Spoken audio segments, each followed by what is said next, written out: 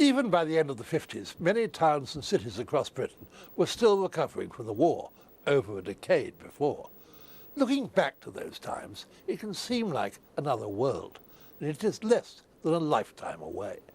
Denis Mitchell was one of the most significant television documentary makers of the 1950s. He favoured using the words and voices of the people he featured over commentary or mediation. Mitchell captured the period in Morning in the Streets. It follows various streams of consciousness during a morning in a northern city. Mitchell's impressionistic film was shot in Liverpool, Stockport, Salford and Manchester, and focuses on the seemingly mundane, yet his film conveys the reality of 1959 for many northern working-class people. It was their fate to be poor in spite of post-war affluence and of never having it so good.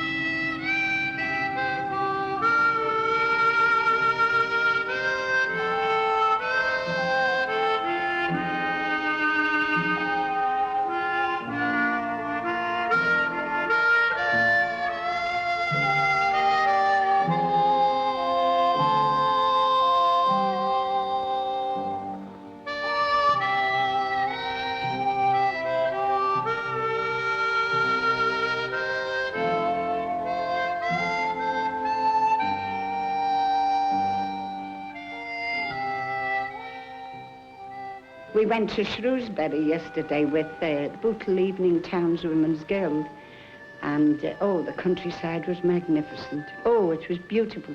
It was every shade of green. I didn't know there were so many shades of green. And the little lambs.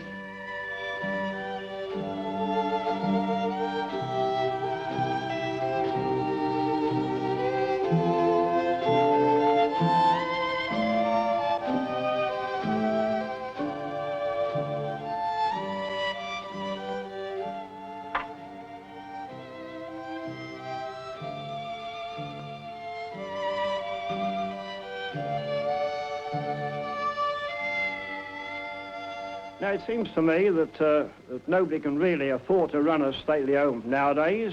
We may as well have some stately cottages. But I go far on that. I say what we need now are not so much stately homes, but stately minds. Stately minds. That's one of my favourite phrases, these stately minds.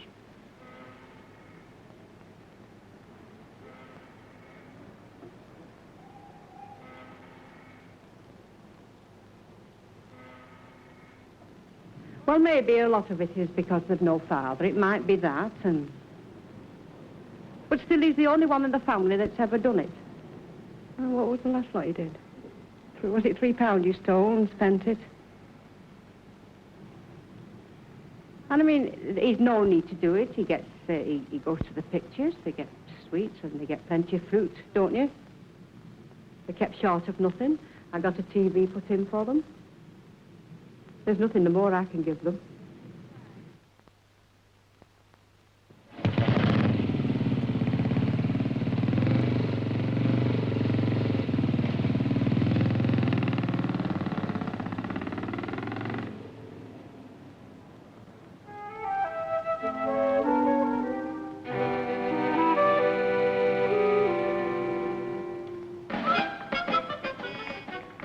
I was going on the road one day, just on my old solitary tin pot way, when suddenly round the corner come the flying squad.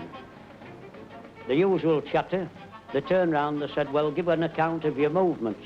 I said, I've been to London, Sheffield, Nottingham, Newcastle, Birkenhead, Seacombe, Liverpool, Brighton, Huddersfield, Halifax, Barnsley, Wakefield, Norman and Pontefract. Cleckheaton, Dumfries, Falkirk, Dundee, Tranent, Dumbarton, Scotland, Merthyr, Tydfil, Pontypridd, Aberdare, Cardiff City, Wrexham and Bristol, Wales. He says, hold on a bit, lad, I've had enough. He was puzzled with the detective.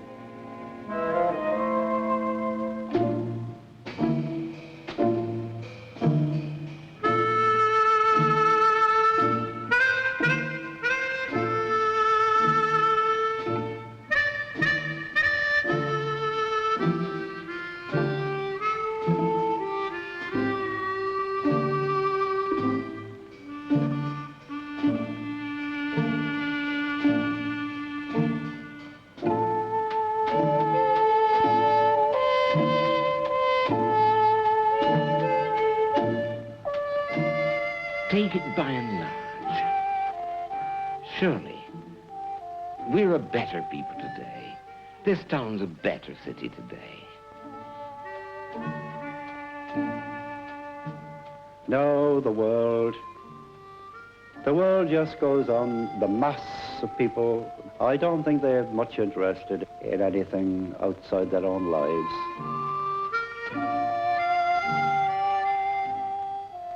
I think if I got a job and settled down, get myself tidied up, some nice clothes, I think my wife would have me back tomorrow.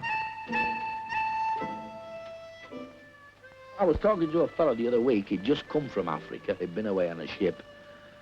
And he tells me that there was over 6 million huts to let in Africa. There's that many Africans over here.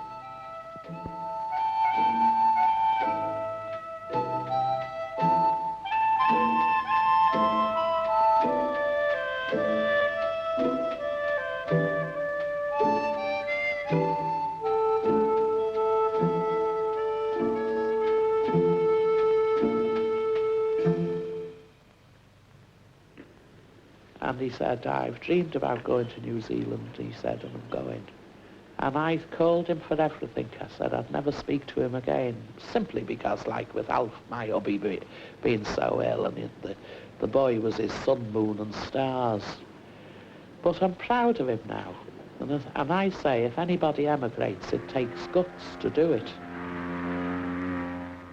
And that's why I wouldn't go to New Zealand, because I don't think I've got the guts to do it.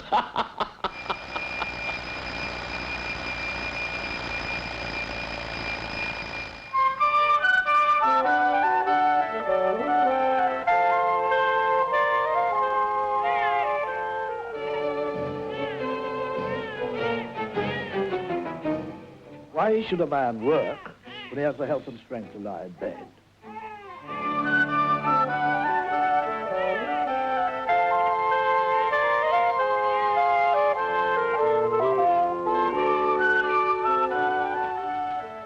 Johnny? Johnny! Come on, it's 7:30. Give Jimmy and Bernard a shout. Be narrow-minded. Jean? Come on now. I'll not shout you again. And what Do you hear me? to a narrow-minded position. Now we've just time for a police message, or perhaps two. Here's the first. It's about an accident at Kilburn, London, last Thursday night, when an elderly woman was knocked down by a car and received fatal injuries.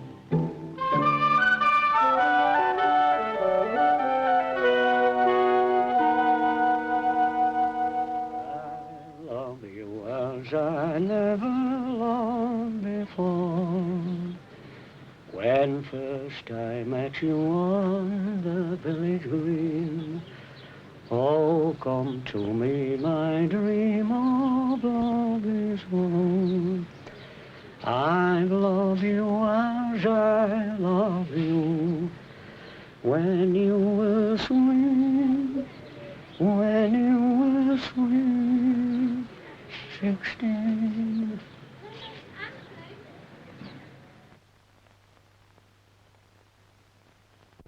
Come on here, you're not half finished yet. You knew you was late when I shouted you this morning. I've overslept a bit myself. Now look, it's 7:45 by the right time. That clock's not fast this morning, you know. Oh, Bernard, come on, son, hurry up. You know you've about quarter of an hour's walk to school. Johnny, do you want any more before you go? Sure.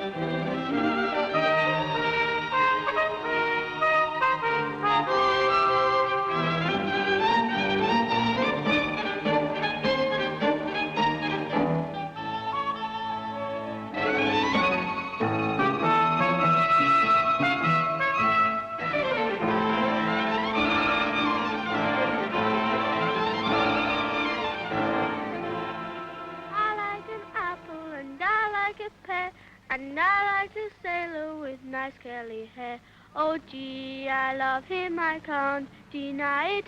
I'll be with him wherever he goes. He stands on the corner and whistles me out. He shouts, "You-wee, you-wee, are you coming out?" Oh gee, I love him, I can't deny it. I'll be with him wherever he goes. He bought me a shawl of red, white, and blue, and when we got married, he tore it in two. Oh, gee, I love him, I can't deny it. I'll be with him wherever he goes.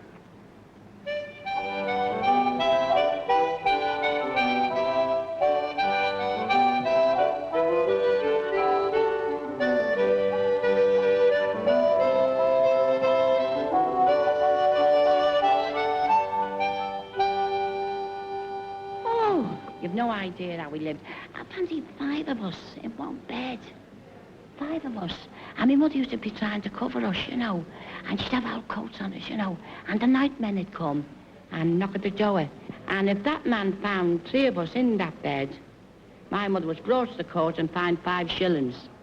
And you'd have to go out in the backyard in the shivering cold and sit in the lavatory till he went.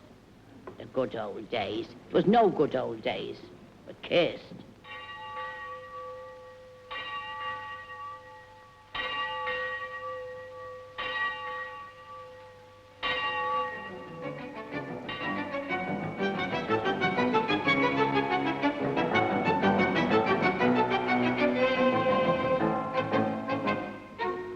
I fully think myself that education is the finest thing that ever a man could have. I've often said it, his brains and my talent could go a wrong way, if you follow me meaning.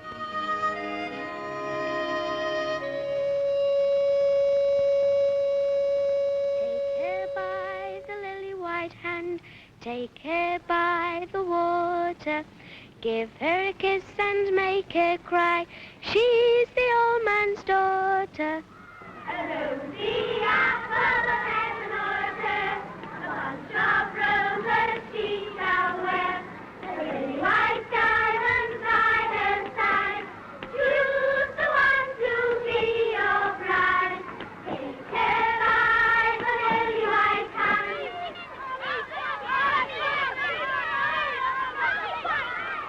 If I'm the mountain on my horse, if I'm the mountain 2 by 2, if I'm the mountain 3 by 3, I love sugar candy.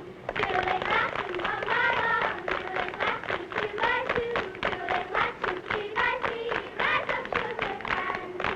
Bango Jackson 1 by 1, Bango Jackson 2 by 2, Bango Jackson 3 by 3.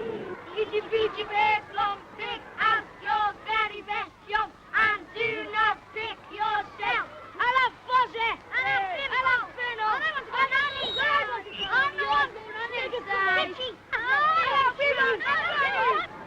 Of roses she shall wear, a lily white diamond side and side. Choose the one to be your bride. Take her by the lily white hand, take her by the water, give her a kiss and make her proud. She's the old man's daughter.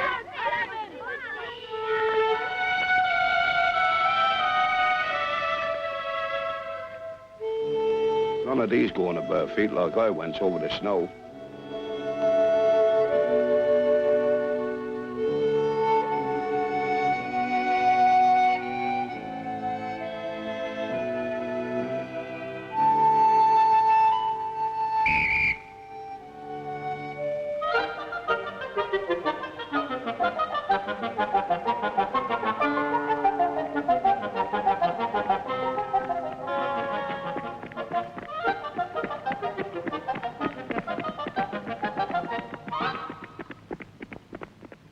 Oh, no, it's a better world than it was.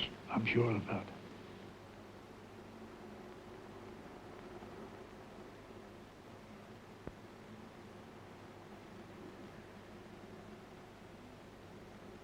On a Christmas morning, there was a van used to come round. They used to call it Father Christmas. I don't know whether Methodists or Wesleyans, I can't tell you which. It belonged to Central Hall. I think they were Quakers or something. They used to come round on a Christmas morning with a van, and they'd give each little child a little underwear and a little penny and a doll. And that's all them children ever got. There was no plastic clothes, no stockings.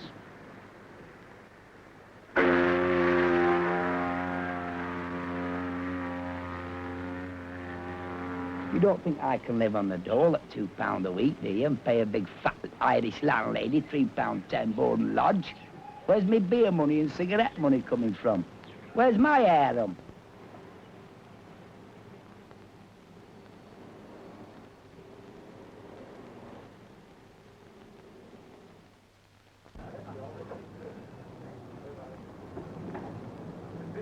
I think we'll be all standing on the corner again before long, bumming a fag.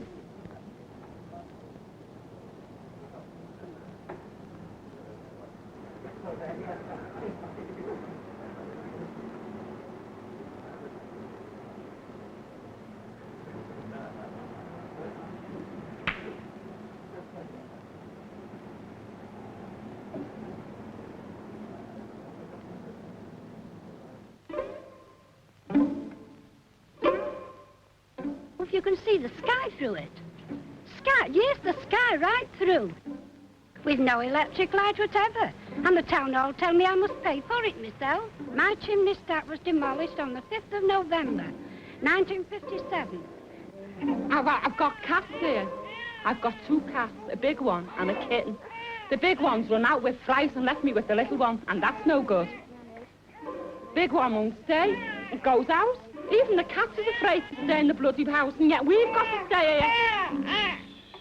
And the cockroaches, well, till lately, they've been eating us alive. Go to next door but one and look up to the roof, and you'll see a big manhole in the roof where they've got to go for the policeman the other night to get the little baby out, because the ceiling was falling on it, killing it.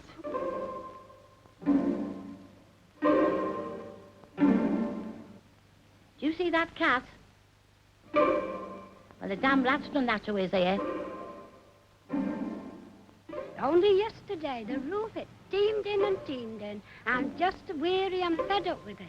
There's just me and my sister, 2 on her own. I'm 61 and she's 57, and I think it's downright shame that we should live under these conditions.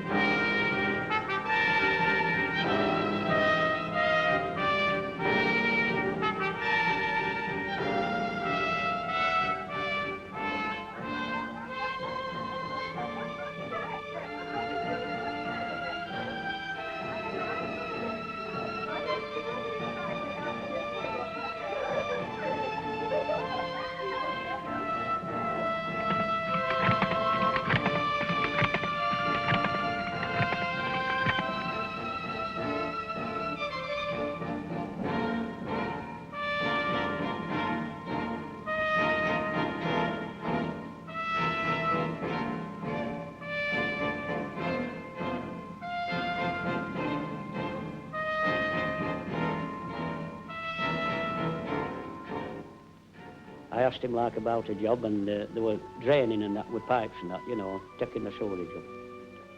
He says, what can you do? I says, night watching. He says, can you wheel a barrow? I said, yes.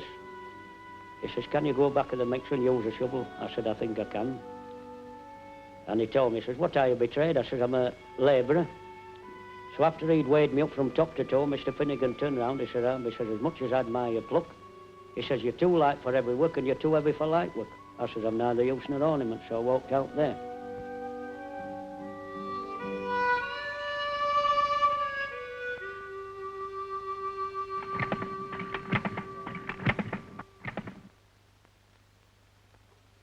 Now that's one of my best pastimes at the public library. Get in there and see the old cronies, the one-time empire builders, trying to do the same as me, live on less than £3 a week.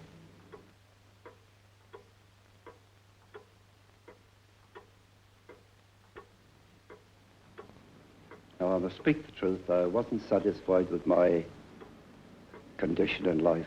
I wasn't satisfied with my own class, really. I wanted to be in a class a little higher intellectually. The class I belong is the higher working class. The lower working class, well, they are the animal class, actually, absolutely. They can talk on nothing. They are absolutely illiterate. Drink, drink, drink.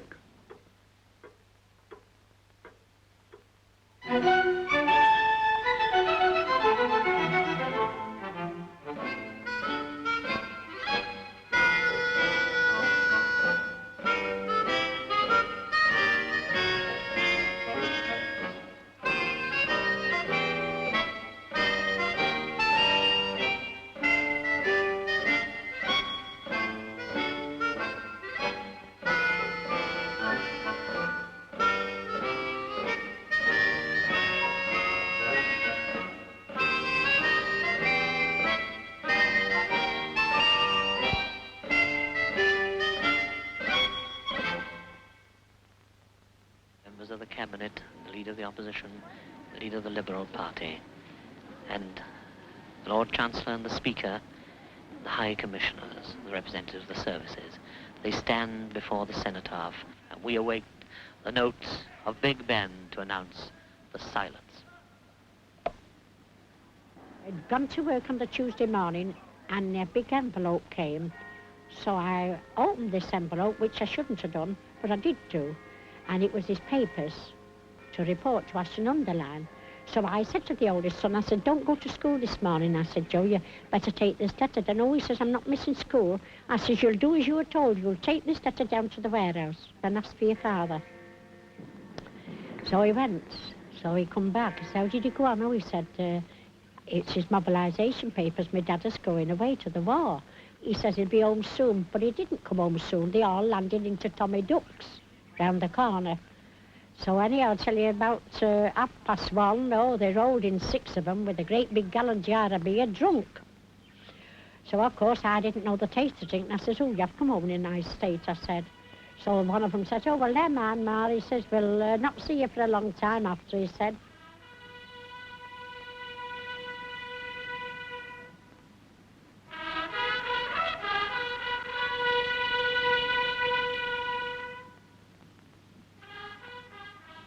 Well, anyhow, I tell you, he had a few hours sleep and they all went home. And at night time they come again and they adjourned to a singing room here. So I said, oh, don't go out and get any more drink. I said, you've had enough today. You know very well you've got to go away tonight. Oh, he says, we'll get there some road or other. Well, anyhow, they went. And they took bottles of beer with them to the station. And he said, now, Mary, he says, if you have a little girl, call it Margaret. And if it's a little boy, call it Stephen. I said, all right. So he kissed us and he went away, and we never seen him after he was killed at... I got notice to say he'd been killed. It was a 4 days back, but he was killed, it seems, on the 12th March, New Chapelle. So they... And the wind stirs the leaves and the flags of the cenotaph as slowly these tributes grow at the very foot of the cenotaph. there are many wreaths to be laid this morning.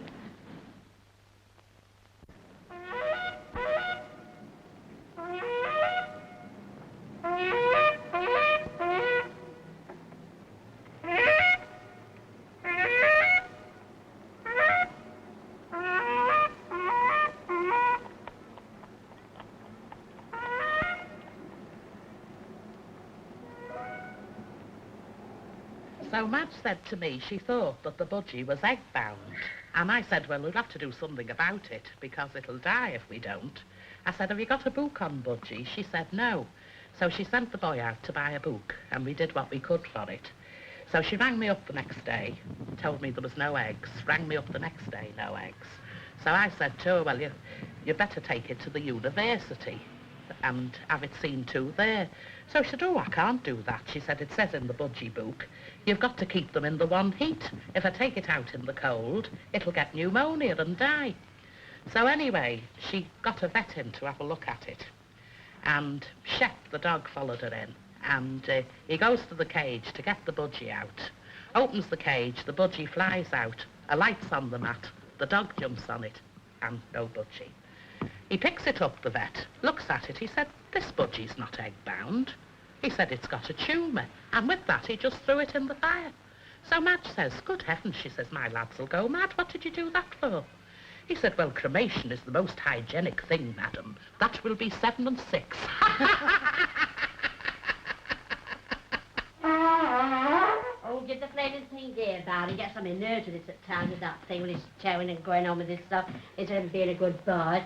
As I was telling you, over this new job I'd been after, you see. And she asked me what I do with the carpets for, so I told her I didn't want to do the carpets. I'd already done the big one in the parlour. She didn't say to me she didn't want any carpets, but she wanted to know, really, what was the reason I'd left me other place for.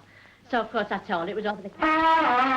The landlord came up, you see, the other day, and he said to me, is your sister still living with you? I said, yes. I said, you can't put that in the... So I started to speak to her, and I said, I suppose you're wondering why I'm reading my Bible in here. She said, well, it did seem a bit...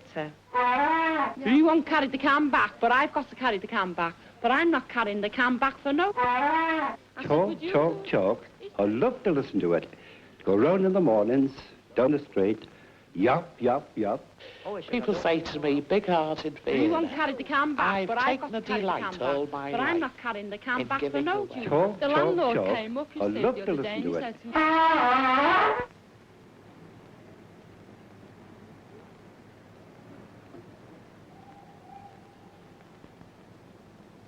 The old attitude of everybody as you were finished.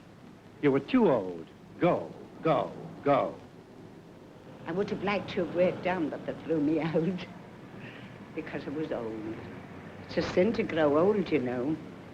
We had an old lady here, and everybody would run and get her a cup of tea, and they'd wait on her and do all those little things, but she'd always say, nobody wants me. Well, I mean, if you take that attitude, you can't expect anyone to want you, can you? I could take £1 out this morning, lay it out, and I wouldn't see anything for it. Look at the price of your butter. Why, we got the best butter when I was a girl at 8p a pound, and the best roly bacon at 6p. 24 eggs for £1. £2 of sugar, a pound of margarine, and I think I'll take a pound of cooking fat. I'm a bit short. How long have people been having good material things? How long? They haven't had it above, 20, 30 years. This release from sheer anxiety about where the next meal was coming from. If, when the pressure is lifted, they should go a bit daft for 10 minutes, who's to blame? And who's to wonder at it?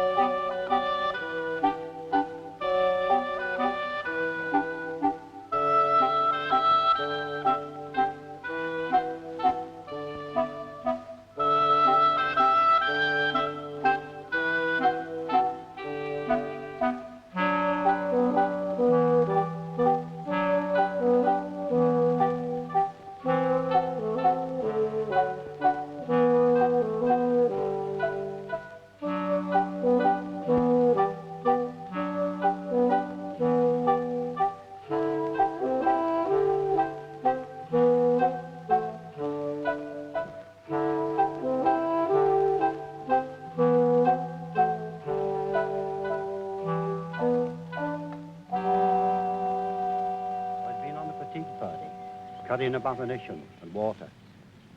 Dead and wounded were lying about. And as I lay there, a voice alongside me said, "Look, Murphy, there's a little buttercup." I said, "Well, what about it?" He said, "That must be the good seed falling on the good ground. We must be the bad seed falling on the rocks."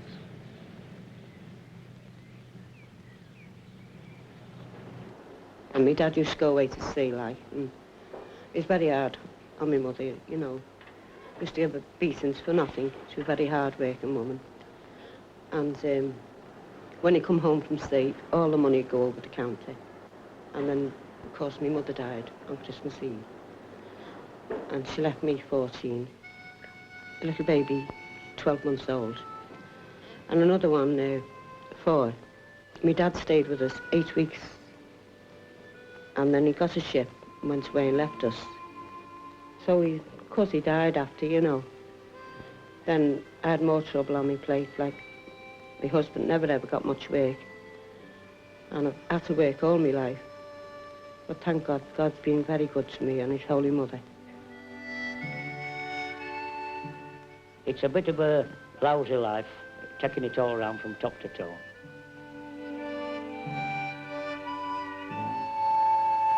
I was a big baby and I was a fat little girl, a fat school girl, a fat young woman, and now I'm a fat old woman. Happy days. But we're all part of a great mass. This great mass is just split up into little bits. We're the little bits. I'm part of you, you're part of me. The agony of our time is this overhanging threat.